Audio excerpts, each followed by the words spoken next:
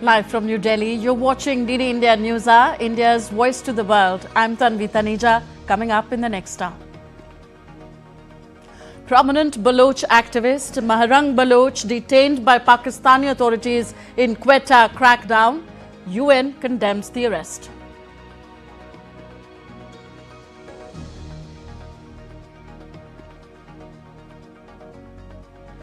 Israel retaliates to the cross-border rocket fire from Lebanon. UK, Germany and France call for immediate return to the ceasefire in Gaza, also urge Israel to restore humanitarian access. After recapturing the presidential palace, Sudanese Army seizes control over the central bank. Army Chief Burhan vows to fight the RSF until the end. And glacier preservation is the theme for World Water Day 2025 as glaciers worldwide retreat at an alarming rate. People across continents switch off their lights to mark the Earth Hour.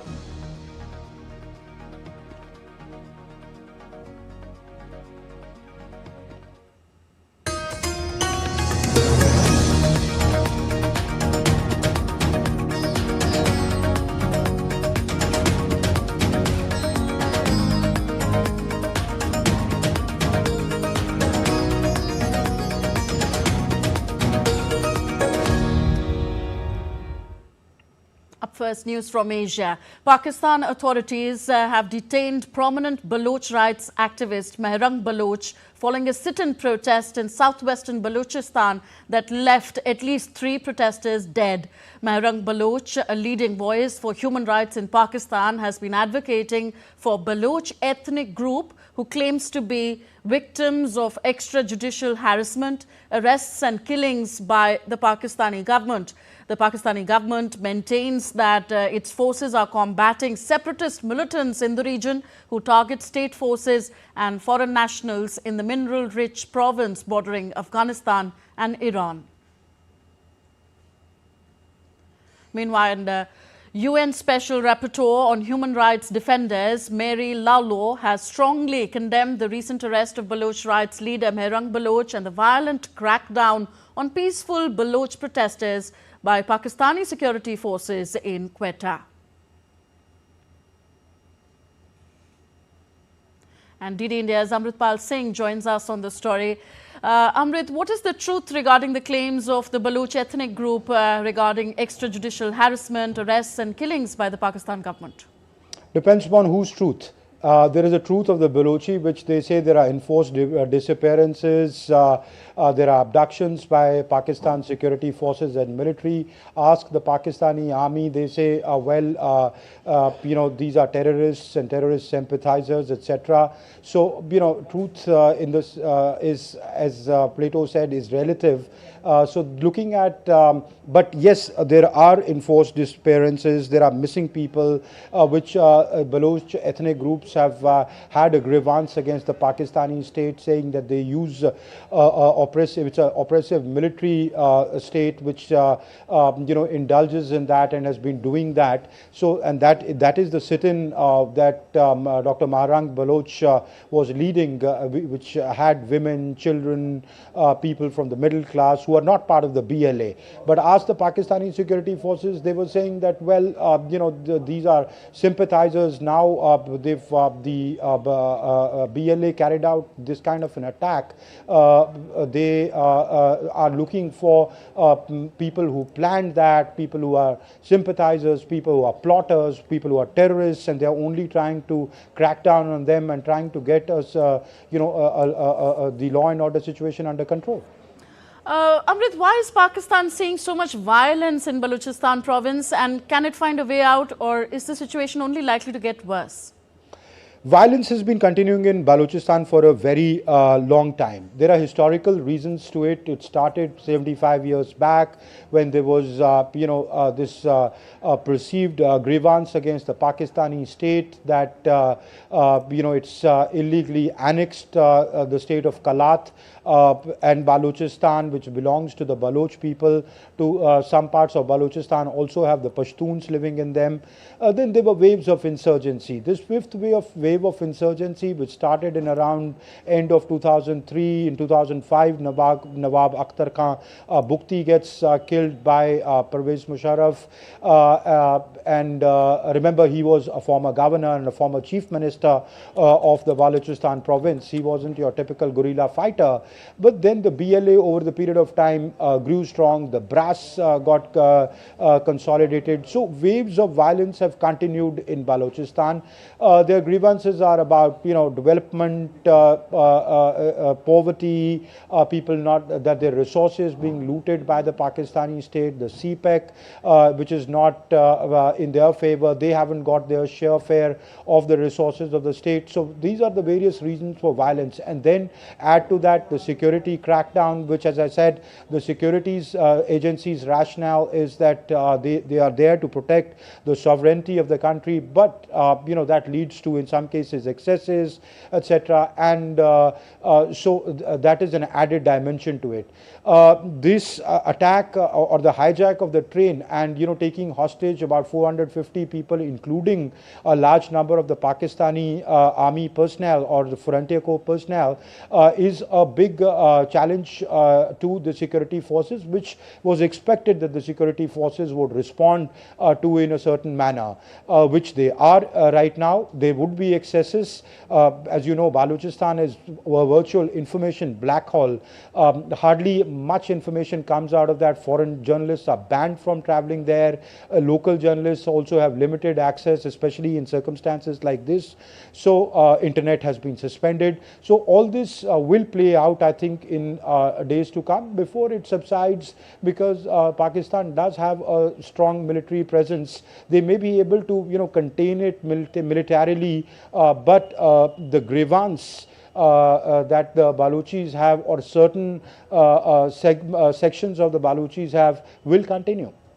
Okay, Amrit, we leave it here. Thank you very much for your analysis on the story. On to the West Asia crisis now. In a major escalation, Israel on Saturday struck Hezbollah targets in southern Lebanon. The recent attacks have sparked concerns over the ceasefire deal between Israel and the Hezbollah. Israeli Prime Minister Benjamin Netanyahu said that he had told the Israel Defense Forces to act forcefully against the terror targets. The Israeli military also intercepted a missile fired from Yemen, and the Houthi group claimed responsibility for this attack.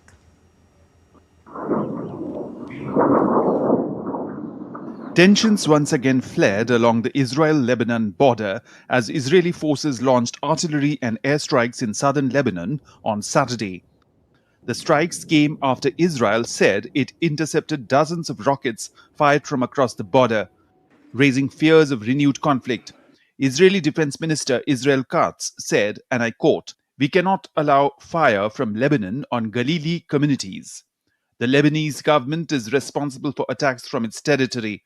I have ordered the military to respond accordingly." It was a fresh escalation after a US brokered ceasefire in November, which temporarily halted fighting between the two sides. Israeli military, meanwhile, released a video which showed airstrikes hitting various targets in Syria. On the other hand, Yemen's Houthi rebels claimed responsibility for strikes towards Israel on Friday. The missile force targeted Ben Gurion Airport in the occupied Jaffa area with a ballistic hypersonic missile of the Palestine II type. The operation successfully achieved its objective. This operation is the third within 48 hours. The Yemeni armed forces warn all airlines that so-called Ben Gurion Airport has become unsafe for air navigation and will remain so until the aggression against Gaza is halted and the blockade is lifted. Meanwhile, Germany, France, and Britain have issued a joint statement calling for an immediate return to a ceasefire in Gaza. The foreign minister of these three countries said, and I quote, "We call on Israel to restore humanitarian access, including water and electricity, and ensure access to medical care and temporary medical evacuations in accordance with international humanitarian law." Whereas after Israel resumed ground operation in Gaza, Hamas was reviewing a US proposal to restore the ceasefire. US Special Envoy Steve Witkoff proposed a bridge plan to extend the ceasefire in Gaza into April. This extension aims to provide time for negotiations on a permanent end to hostilities. Bureau Report, DD India. On to Northeast Africa now. In a significant win, the Sudanese Army seized control of the main headquarters of the country's central bank a day after it seized full control of the presidential palace. Army Chief Abdel Fattah al-Burhan said that they will continue their fight against the rapid support forces. After a 2-year-long conflict, the tide seemed to have taken a turn in Sudan. The army made significant gains in the power struggle against the rapid support forces, seizing control of the central bank's main headquarters in Khartoum. The takeover came a day after the army seized full control of the presidential palace, marking a major gain since the fighting erupted in 2013. Sudan's army chief Abdel Fattah al-Burhan vowed to continue the fight against the RSF until the end. It is our pride in this blessed month of Ramadan that our forces advance in a steady march to continue the liberation of Sudan. Through you, we promise the Sudanese people that we will continue this battle. We are moving on. We will change course. We will not step back, nor we will retreat. We will continue until the end. Making progress on Friday, the military has taken control of the whole southern region of the Blue Nile, which divides the capital from the northern section of Khartoum. Meanwhile, the RSF claimed to remain in the vicinity of the presidential palace. Sudan has a long history of political conflicts and crisis. In 1985, President Jafar Nimere seized power in a coup in 1969 and was hence ousted. In 1989, Omar al-Bashir, an army general, staged a coup and remained in power for 3 decades. In 1998, the US fired missiles at the El Shifa medicine factory in Khartoum, owned by bin Laden. In 2003, conflict in Sudan's western Darfur region pitted rebels against government forces backed by a militia known as Janjaweed. In 2005, Sudan's northern-based government and rebels in the south signed a peace deal after 2 decades of civil war. In 2019, Bashir was toppled after a popular uprising. In 2023, conflict between the army and a paramilitary group erupted on April 15th. In 2024, conflict between the Sudanese armed forces and the rapid support forces began. This time, the army has recaptured the whole of Greater Khartoum. But will this bring an end to the ongoing political crisis in Africa's third largest country is yet to be seen. Ayushi Bhatnagar's report for DD India. You're with us on DD India Newshour, still to come on the show. Demonstrations in more than a dozen cities, including Turkey's biggest city Istanbul and capital Ankara, against the detention of Istanbul mayor. Japan, China and South Korea meet at a geopolitical turning point in history. We will tell you why. And battling pneumonia, Pope Francis plans to appear in public on Sunday for the first time in 5 weeks.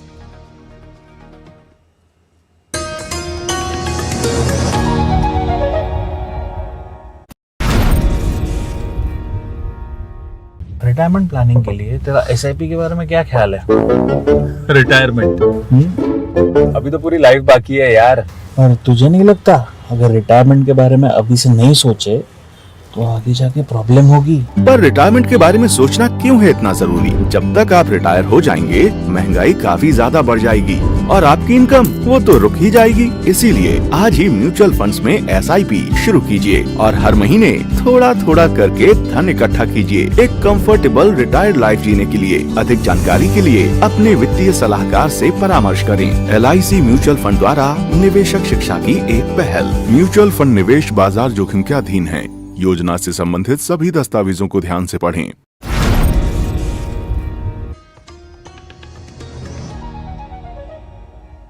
Welcome back. You're watching DD India Newshour. I am Tanvi Taneja.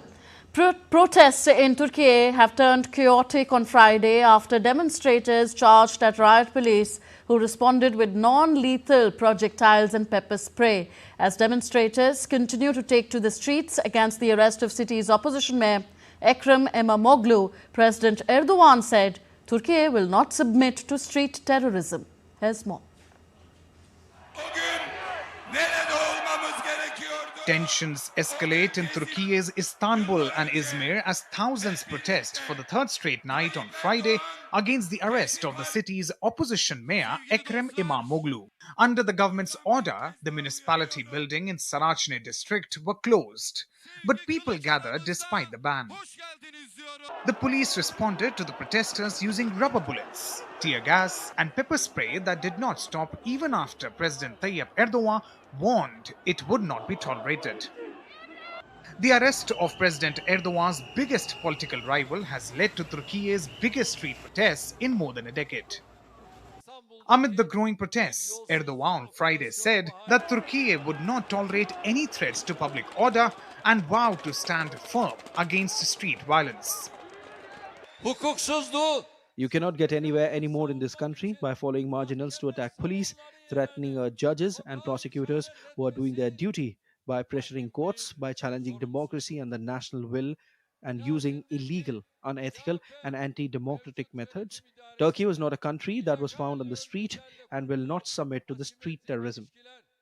The Istanbul mayor was detained on Wednesday for alleged corruption and terrorism charges. Though he has denied the corruption charges, the mayor is seen as Erdogan's strongest political rivals. His arrest comes days ahead of his announcement as a candidate for the 2028 presidential election, making it a political move. The mayor's Republican People's Party, that is the main opposition, condemned the move as politically motivated and urged supporters to demonstrate lawfully. Clashes are expected to rise over the weekend when a court is expected to rule to formally arrest the mayor. The disruptions have taken a toll on the Turkish lira and the stock exchange that shredded nearly 8% at close on Friday. With inputs from Rashika, Mihir Makri's report for DD India. On to the Russia-Ukraine conflict now. In response to Ukraine's attack at Russia's Angel strategic bomber base on Thursday, Russia launched an overnight attack on Friday in the southeastern Ukrainian city of Zaporozhye, though Ukrainian air defenses said that it destroyed 100 of 179 drones launched by Russia. Drone debris caused a fire when it fell on the roof of a building in Kiev's historic center.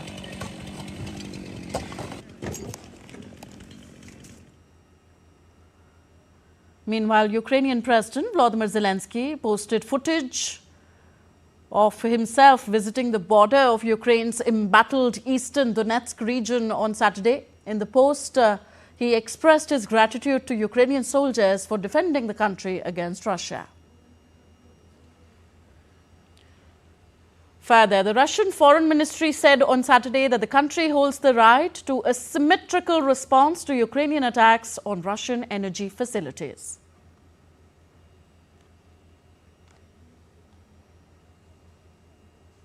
London's Heathrow Airport is back to normal operations after a fire at an off-site power substation caused massive disruptions on Friday, grounding hundreds of flights and stranding thousands of passengers. By Saturday morning, most scheduled flights had taken off successfully, though some delays and cancellations persisted. Authorities are now reviewing measures to prevent similar disruptions in the future. A report on UK's most critical piece of infrastructure. London's Heathrow Airport is back in action after a fire at an off-site power substation caused massive travel chaos on Friday. While most flights took off as scheduled on Saturday, some delays and cancellations persisted. We don't expect any major amount of flights to be cancelled or delayed. We are operating as normal. We already have, I think, more than 150 flights that have taken off. On any busy day as the day today is, not just because of incidents of yesterday, it would have been a busy day under all circumstances. There are some cancellations and there are some delays. We are handling them in the same way as we would normally do. Meanwhile, Heathrow's chief executive, Thomas Waldby, admitted in an interview that the airport would need a dedicated standby power plant to prevent future disruptions. A separate standby power plant on the side, and we don't have that. Heathrow uses as much energy as a city every single day, so we don't have backup power for baggage systems, fuel systems, things like air bridges and so on. Britain's Transport Minister Heathy Alexander stated that the power outage was beyond the airport operator's control. While no evidence of foul play has been found, authorities continue to investigate the incident. This has been an unprecedented situation that has been totally outside of Heathrow's control.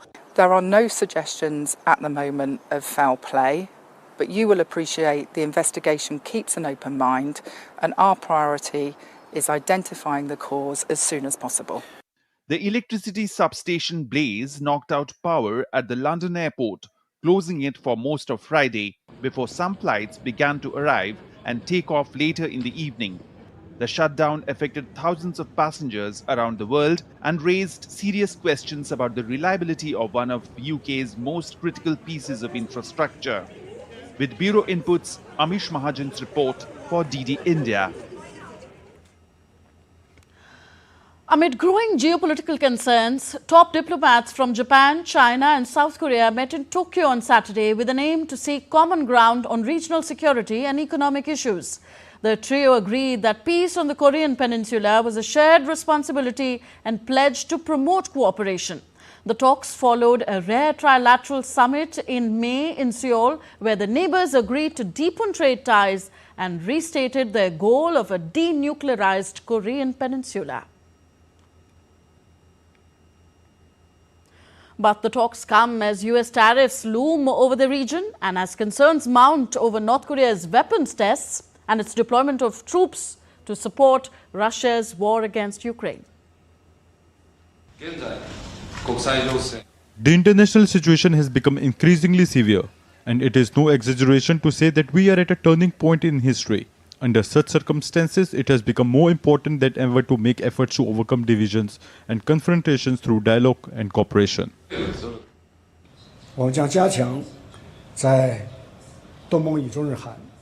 We will strengthen coordination and cooperation under the mechanism of ASEAN, China, Japan and South Korea and East Asia Summit, and carry out cooperation between China, Japan and South Korea in the neighboring countries to promote the common development of the region.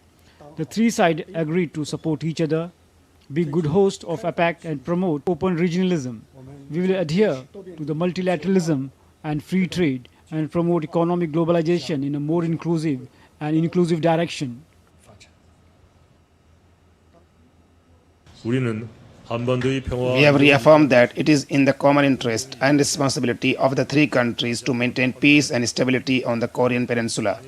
I stated that it is important for the three countries of Korea, Japan and China to faithfully implement the UN Security Council resolutions and to make efforts to stop North Korea's provocations and for the North Korea's complete denuclearization.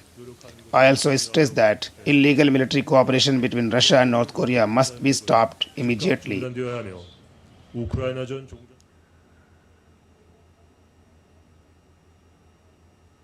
Staying in the region, Saturday saw South Korean protesters for and against the country's impeached President Yoon Suk-yeol holding separate rallies in central Seoul.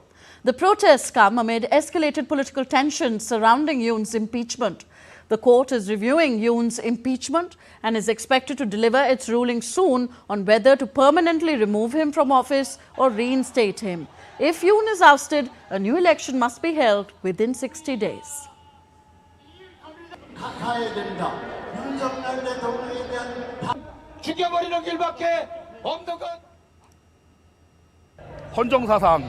We saw the acting president was impeached, which was the first time in the history. This alone is enough to make the public furious, and even inside the opposition Democratic Party, they are also criticizing the situation. Now impeaching the second acting president, Choi Sang-mok, is quite literally a legislative dictatorship. It can only be seen as the tyranny of the majority party. I believe that Yoon Suk-yeol should be impeached quickly. He clearly violated the constitution. I don't understand why the constitutional court is taking so long on the verdict, and it seems like they're doing it politically. After 5 weeks, Pope Francis plans to make his first appearance on Sunday from the hospital window, where he has been admitted since February 14th for a severe respiratory infection. The Vatican on Sunday said that Francis wants to come to the hospital window around noon on Sunday to give a greeting and blessings to his followers. Pope is still recovering from pneumonia and offered blessings during his weekly noontime prayer last on February 9th before being admitted to the hospital. The Pope has only been seen by the public once during his hospital stay, and people are looking forward to this Sunday's prayers. And next we take a look at other stories making news around the world. Nazik Lake in Turkey's Bitlis province has frozen over trapping fishing boats in ice. Drone footage captured the remarkable sight of abandoned-looking boats surrounded by white ice sheets, offering visitors and photographers a unique visual spectacle.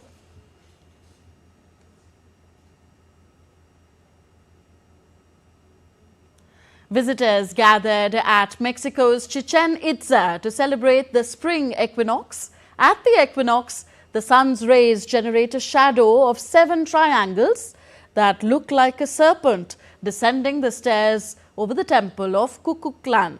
It holds a special significance for many of Mexico's pre-Columbian peoples who built their architecture around it. 2 firefighters were found dead and 2 were missing as more than 20 wildfires flared across South Korea on Saturday. Strong winds fueled the flames, forcing evacuations. The government declared the affected area a disaster zone.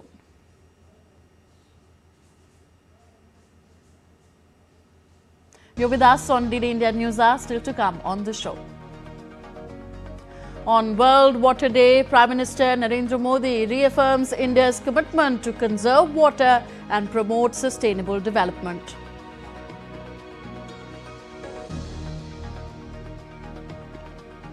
India strengthens its naval capabilities with the launch of the indigenous frigate Tavasya.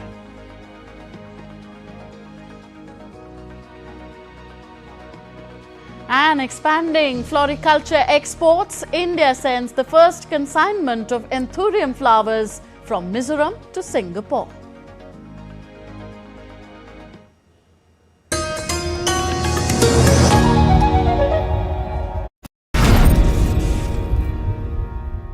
जिंदगी की हर छोटी बड़ी जरूरत के लिए आप जो सपने सजाते हैं, बस उसी उम्मीद को तो हम सहारा लगाते हैं। SIP आपकी सेविंग्स को आपकी खातिर काम पर लगाएगी। आज ही अपनी पहली SIP की शुरुआत करें। अधिक जानकारी के लिए अपने वित्तीय सलाहकार से परामर्श करें। LIC म्यूचुअल फंड द्वारा निवेशक शिक्षा की एक पहल। म्यूचुअल फंड निवेश बाजार के जोखिम के अधीन है। योजना से संबंधित सभी दस्तावेजों को ध्यान से पढ़ें। रिटायरमेंट प्लानिंग के लिए तेरा SIP के बारे में क्या ख्याल है? रिटायरमेंट अभी तो पूरी लाइफ बाकी है यार। पर तुझे नहीं लगता अगर रिटायरमेंट के बारे में अभी से नहीं सोचे तो आगे जाके प्रॉब्लम होगी? पर रिटायरमेंट के बारे में सोचना क्यों है इतना जरूरी? जब तक आप रिटायर हो जाएंगे महंगाई काफी ज्यादा बढ़ जाएगी और आपकी इनकम वो तो रुक ही जाएगी। इसीलिए आज ही म्यूचुअल फंड्स में SIP शुरू कीजिए और हर महीने थोड़ा थोड़ा करके धन इकट्ठा कीजिए एक कंफर्टेबल रिटायर्ड लाइफ जीने के लिए। अधिक जानकारी के लिए अपने वित्तीय सलाहकार से परामर्श करें। LIC म्यूचुअल फंड द्वारा निवेशक शिक्षा की एक पहल। म्यूचुअल फंड निवेश बाजार जोखिम के अधीन है। योजना से संबंधित सभी दस्तावेजों को ध्यान से पढ़ें।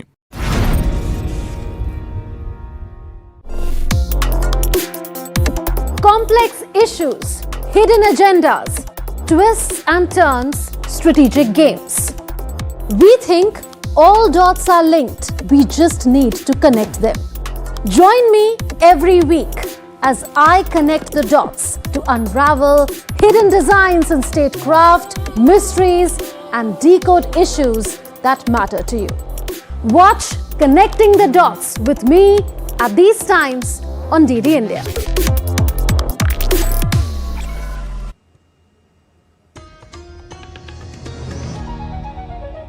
Thank you for staying with us on DD India Newshour. I am Tanvi Taneja. A quick reminder of the headlines we are tracking at this hour.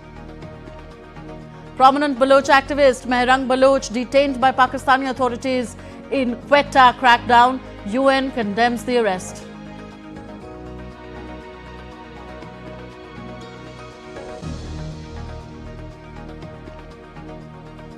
After recapturing the presidential palace, Sudanese Army seizes control over the central bank.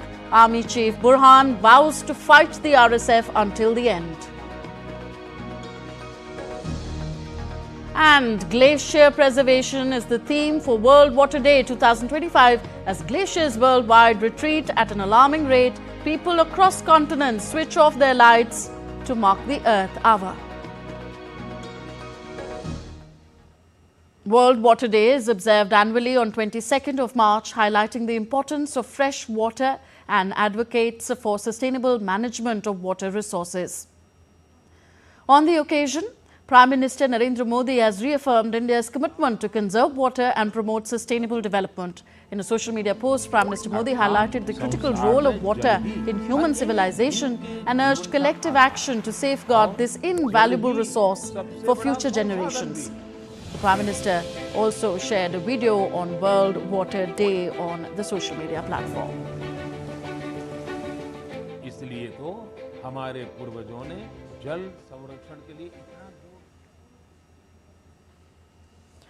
Today on March 22nd, we celebrate World Water Day. The theme for this year is glacier preservation, emphasizing the need to protect these natural water reservoirs.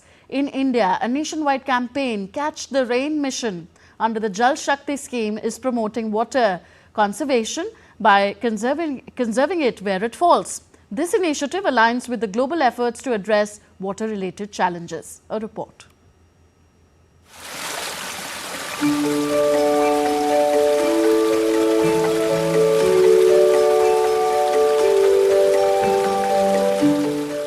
The World Water Day, celebrated on March 22nd, is dedicated to conserve planet's most precious resource.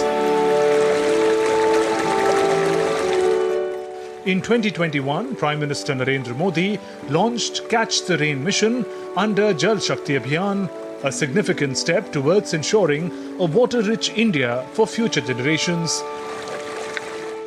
The mission's objectives are threefold: to conserve rainwater, revive old ponds and wells, and increase groundwater levels. जब हम पानी की समस्या के समाधान की बात करते हैं तो पानी को बचाना यानी जल संरक्षण भी उतना ही जरूरी हो जाता है।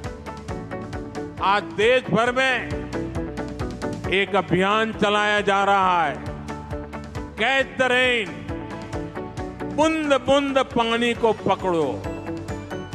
कैच द रेन का मतलब है जहां बारिश का पानी गिरे उसे व्यर्थ नहीं जाने देना।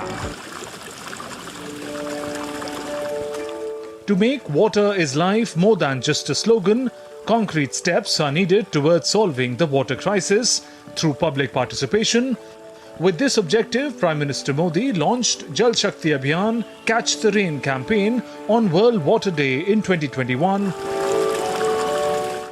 The campaign emphasizes 5 focused measures to promote water conservation, including rainwater harvesting and water conservation, census, geotagging and listing of all water bodies, preparation of scientific plans for water conservation, establishment of Jal Shakti Kendras in all districts, intensive afforestation, creation of awareness. The Jal Shakti Abhiyan Catch the Rain initiative has made significant strides since its launch in 2021, becoming an annual event that covers all rural and urban blocks across India. The campaign's success is evident in the completion of over 1.67 crore water conservation works achieved by reviving traditional water bodies and promoting efficient water use. Each year, the campaign takes on a new theme. The 2024 edition focused on Nari Shakti se Jal Shakti, emphasizing the vital role women play in water conservation. On this World Water Day, let us all join hands to conserve water for future generations, in line with Prime Minister Modi's call for water conservation.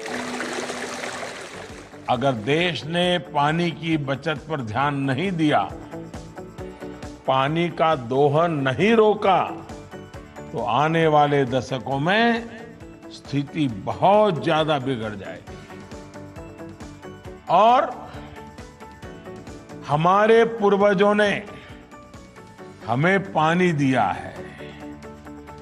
ये हमारी जिम्मेवारी है कि हमारी आगे वाली पीढ़ी को हमें पानी सुरक्षित देकर के जाना चाहिए।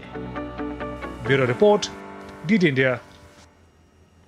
And world switched off the lights on Earth Hour 2025 that takes place annually on the third Saturday of March. Earth Hour, observed in over 190 countries, coincides this year with World Water Day. So from 8:30 p.m. Indian Standard Time to 9:30 p.m, individuals have been encouraged to switch off their lights and non-essential devices to raise awareness about climate change and inspire actions to safeguard the planet.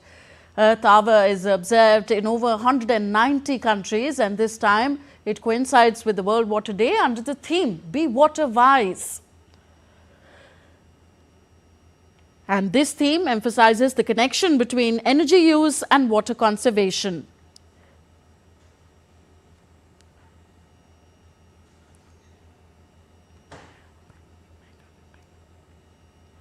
And the lights on the sails of Australia's iconic Sydney Opera House were turned off on Saturday night to mark the Earth Hour. The annual Earth Hour first began in Sydney in 2007.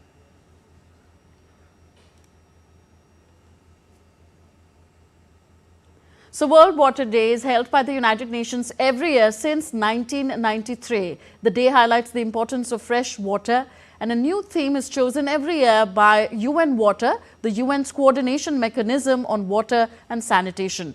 This year, as we told you, the theme for World Water Day is glacier preservation. Why is it important? Take a look in our next report.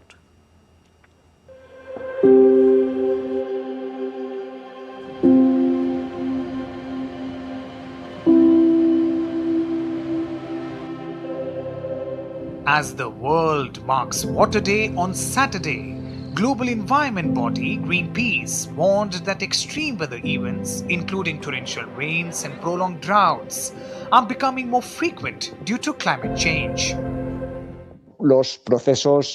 Extreme processes, in this case meteorological ones, are going to occur more frequently. Droughts will also be longer, more enduring, and more intense. So we should be preparing ourselves.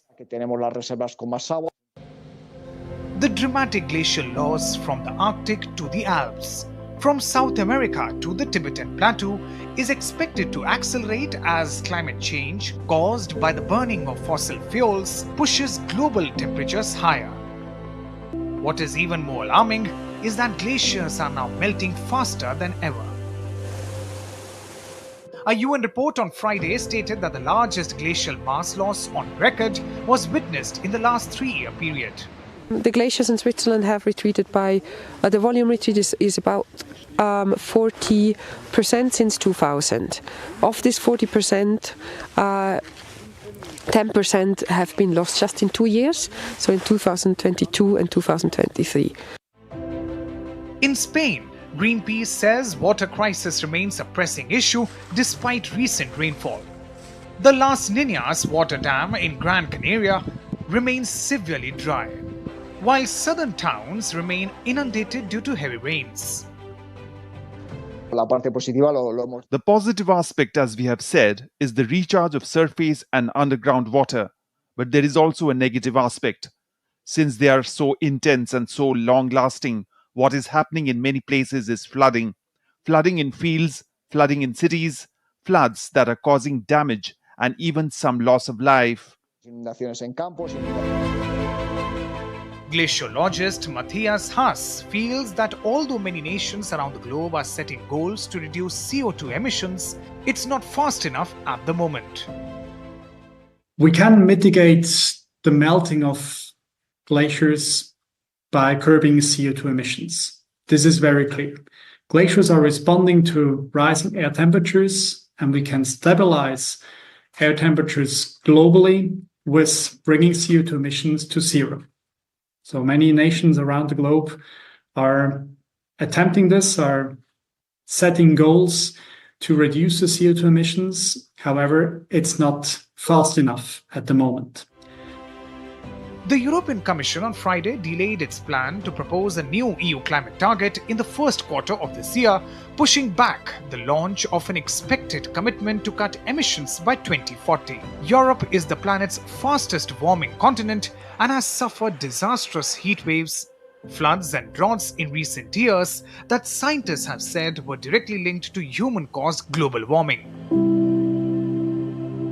Bureau Report, DD, India.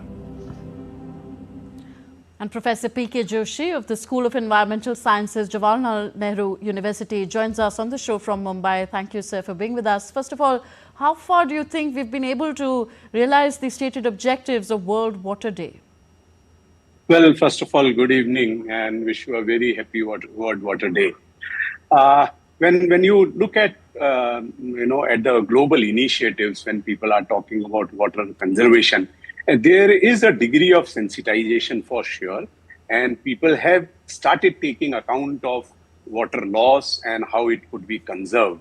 But still, the steps which are rigorous and which are actually needed to check the water loss or ensure that we conserve water, including the water harvesting schemes, that is slightly in a slower pace. We need much more emphatic steps right from the government regulations, but more than that, the individuals participating onto this. End of the day, when it comes to water conservation or rainwater harvesting, it is the individual approach or community approach which is very much needed. So I think the degree at which the participation of the community is needed, we are lacking that behind. But given all these kind of reasons, still I am a bit hopeful, given the kind of challenges which we all are facing, whether those are floods or droughts, people have taken it with a greater degree of seriousness, and people with a degree of awareness which is coming in, people are participating. People have started participating onto this. So there is a ray of hope, but still we can't be very much confirmed and confident that yes, it will happen across the country or across the world. Okay, we are also celebrating the Earth Hour today. How satisfied should we be with the efforts made by organizations and countries in checking global warming and climate change? And can we be confident of better successes in the future in this regard? Well, again, when you talk about Earth Hour Day, this is a ceremonial kind of event just to sensitize the communities across the globe.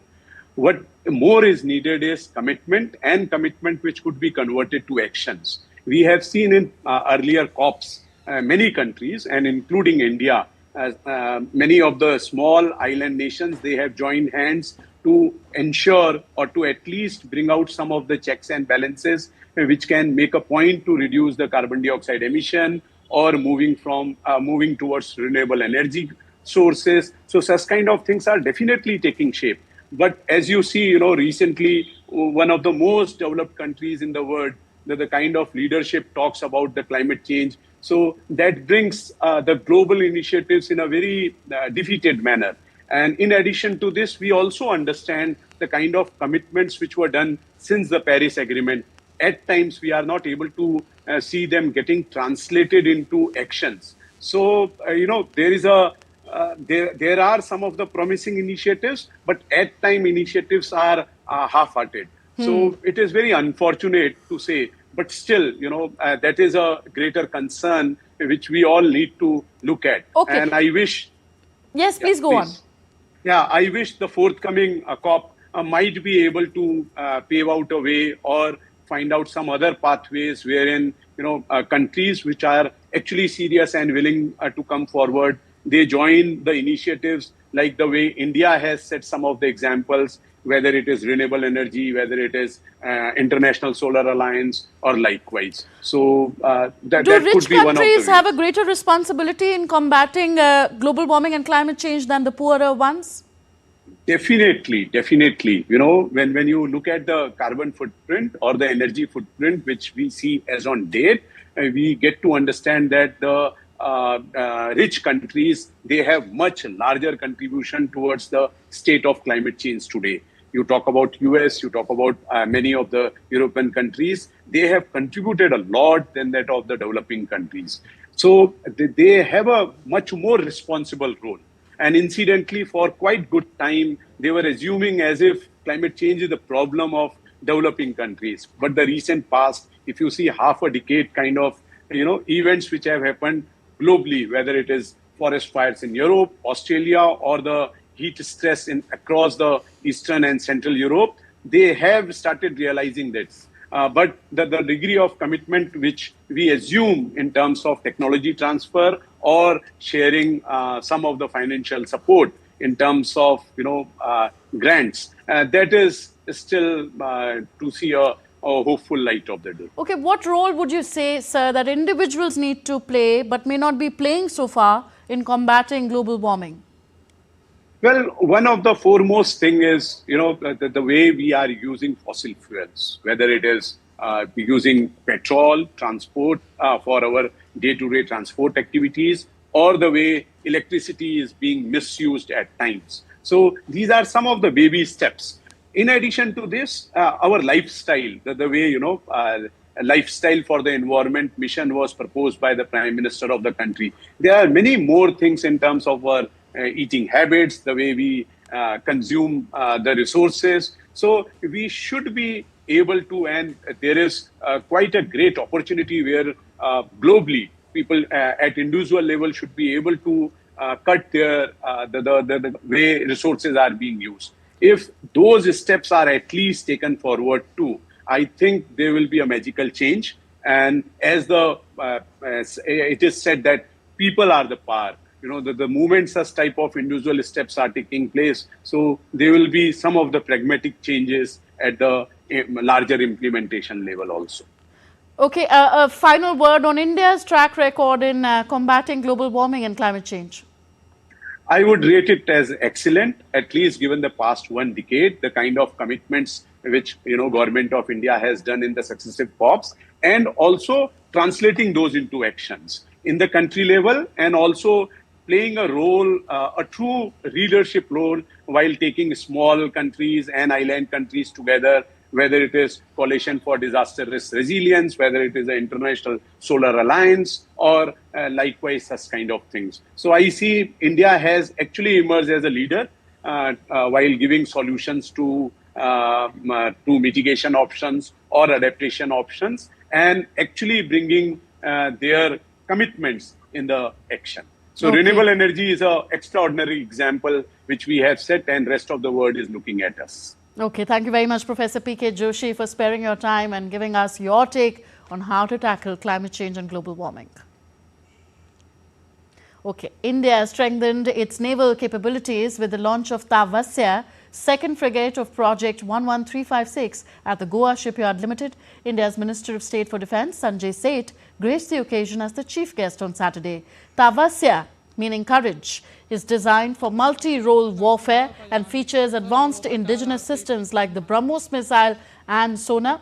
With over 56% indigenous content, the stealth warship boosts India's self-reliance in defence manufacturing. With a displacement of over 3,800 tons, the frigate enhances India's maritime dominance. This launch is a strategic assertion of India's self-sufficiency, industrial capability and geopolitical foresight.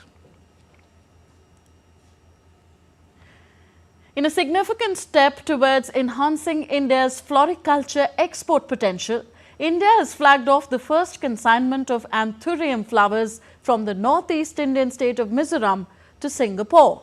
This marks a major step in boosting floriculture exports and supporting local farmers of India.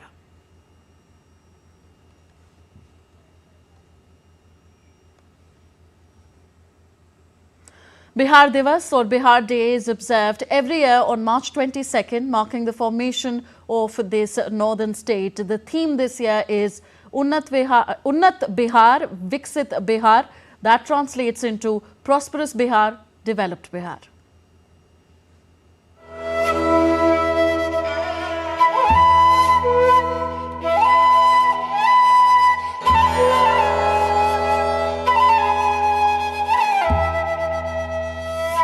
Bihar is located in the eastern part of India.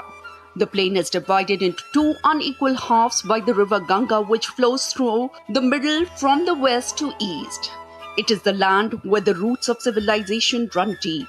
From being the cradle of learning during the times of Nalanda to being the epicenter of India's spiritual awakening. Through Lord Buddha and Lord Mahavir, Bihar has always been a beacon of knowledge and faith. Every year, March 22nd marks a day of pride and celebration for people of Bihar as they observe Bihar Divas. The day is a public holiday in the state. This year's theme, Unnat Bihar, Viksit Bihar, that is Advanced Bihar, Developed Bihar, will focus on showcasing the state's progress and public welfare initiatives. This day commemorates the historic moment in 1912 when the state of Bihar was carved out of Bengal presidency during British rule. Since then, Bihar Divas has come to symbolize not just the creation of the state, but also its enduring legacy, culture, and contributions to India and the world. The government of Bihar decided to celebrate the Foundation Day from the year 2010. It was on 22nd March 1912 that it was finally decided, formally decided as well, that Bihar and Odisha would be separated from Bengal and constituted as a separate province. And this province came into formal existence on the 1st of April 1912. Bihar Divas is celebrated with great enthusiasm not only in the state but also by Bihari diaspora worldwide. Bihar is a place that sent the message and taught the entire world first democracy, Nalanda, through its deep knowledge and the various scriptures, mathematics, compassion, and how to make changes, is a land that is timeless. Now let's understand in details why Bihar Divas is celebrated on March 22nd. King George V was crowned in Delhi in 1911 and Calcutta was replaced as the seat of British India's government. The Bengali-speaking regions came together according to Lord Hardinge's proposal. As the political focus shifted from Calcutta and Bengal to Delhi, this decision to divide Bengali-speaking regions from the other distinct linguistic regions was announced on March 21, 1912 by Thomas Gibson Carmichael, the new governor of Bengal. The action eventually resulted in creation of states of Bengal, Odisha, Bihar and Assam. Nutan for DD India. And the 113th Bihar Divas was celebrated for the first time in Sri Lanka by the Swami Vivekanand Cultural Centre in Colombo. The event highlighted Bihar's cultural heritage and its deep historical ties with Sri Lanka through Buddhism. India's High Commissioner to Sri Lanka, Santosh Jha, inaugurated the event, expressing his pride as a Bihari. About 30,000 people attended the event. The celebration featured an exhibition of Madhubani art, traditional paintings and photographs showcasing Bihar's rich history. Noted experts in Madhubani paintings and Padma Shri awardees Dulari Devi and Shanti Devi also showcased live creation for the visitors. आज बिहार दिवस यहाँ कोलंबो में हम मना रहे हैं, तो यहाँ से सारे बिहारियों को मैं शुभकामनाएं देता हूँ। ये पहली बार कोलंबो में बिहार दिवस मनाने का हमें मौका मिला है और इस उपलक्ष्य पर यहाँ पर बिहार का खान पान, बिहार की पेंटिंग, बिहार की आर्ट सब यहाँ पर हम दिखा रहे हैं। और श्रीलंका में जो यहाँ के रहने वाले लोग हैं उनका बिहार से बहुत संबंध रहा है पुराना। भगवान बुद्ध से लेकर सम्राट अशोक और संघमित्रा और महिंदा के संबंध में यहाँ पर काफ़ी कहानियाँ और तरह तरह के प्रसंग मिलते हैं। मैं एक बार फिर से बिहार के लोगों को, मैं खुद बिहारी हूँ, तो उन बिहार के लोगों को ऐसे दिवस पर अपनी शुभकामनाएं देता हूँ। Celebrating here Bihar Divas, so everyone should enjoy and take the litti chokha, enjoy litti chokha and other foods, Indian foods, means especially Bihari foods. Madhubani painting is so nice, बहुत अच्छा लगा, मतलब देख करके हम लोग फिर से याद कर रहे हैं कि मधुबनी पेंटिंग इस टाइप का मैंने अपने बच्चों को भी दिखाया। यशविन सनाया देख करके बहुत कुछ सीख रहे हैं मधुबनी पेंटिंग के बारे में। मुझे भी बहुत अच्छा लगा क्योंकि मैं भी फर्स्ट टाइम बहुत अच्छे से देख रही हूँ। And in some sporting action now, one of the most highly anticipated cricket tournaments, the Indian Premier League turns 18 today. The season kicked off on Saturday with a grand opening ceremony at the Eden Gardens in Kolkata. This marks the 18th season of the tournament, featuring 10 franchise teams competing in an electrifying T20 spectacle. Following the star-studded ceremony, defending champions Kolkata Knight Riders faced Royal Challengers Bangalore in the tournament's opening match. In this tournament, the 10 teams have been divided into 2 groups. Each team will play 14 matches, 7 at home and 7 away. The tournament will conclude on May 25th, promising fans another thrilling season of cricket. Legendary boxer George Foreman, who lost to Muhammad Ali in the iconic 1974 Rumble in the Jungle before reclaiming the title 2 decades later, passed away at the age of 76 on Friday. An official statement on the cause of the death has not been released yet, but his fans have come up with several theories. George Foreman was one of the great second acts in sports who reclaimed the heavyweight boxing title after coming out of retirement and became a celebrated product pitchman. Big George's comeback and the fortune he made selling fat-wicking electric cooking grills made him an icon of self-improvement and success for the baby boom generation.